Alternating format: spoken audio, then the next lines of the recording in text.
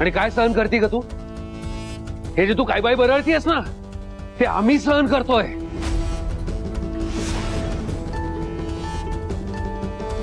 तरी मला प्रश्न पडलाच होता, ही अचानक कशी चांगली वागायला लागली?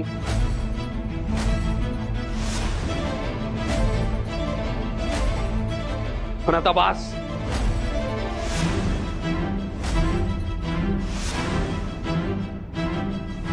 हे बघा, हे बाळ स्वानंदीचं आहे, आमचं बाळ आहे ते.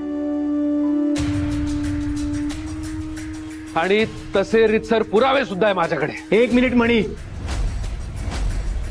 मला ठाऊक होतं तुम्ही असेच वागणार. एक मिनिट.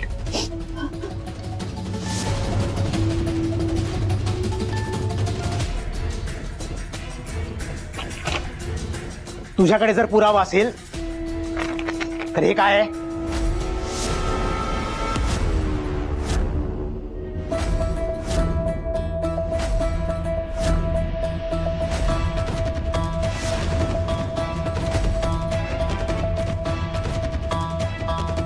हे आहे बाळाचं birth certificate.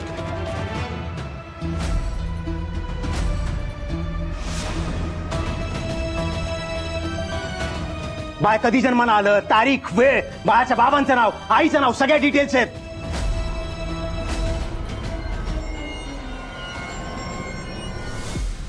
Government approved birth certificate आहे, असंच नाही मिळत.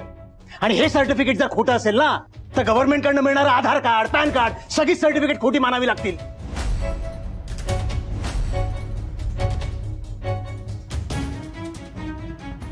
तुझ्याकडनं ही अपेक्षा नव्हती मला मणी. स्वानंदीचं बाळ जन्माला आलं त्याच वेळेला मेलेलं होतं.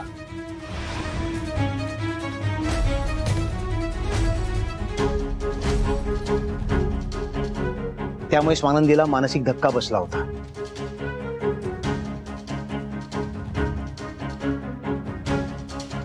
माणुसकीच्या नात्याने इतके दिवस आम्ही आमचं बाळ स्वानंदीकडे देत होतो.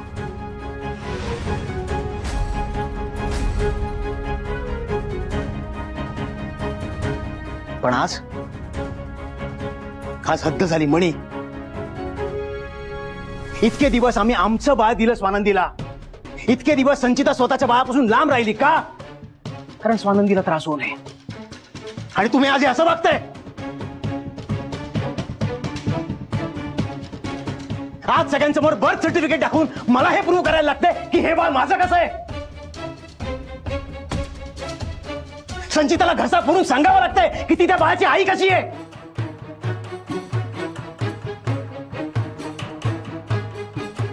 आमच्या चांगुलपणाचा असा फायदा घेताय तुम्ही.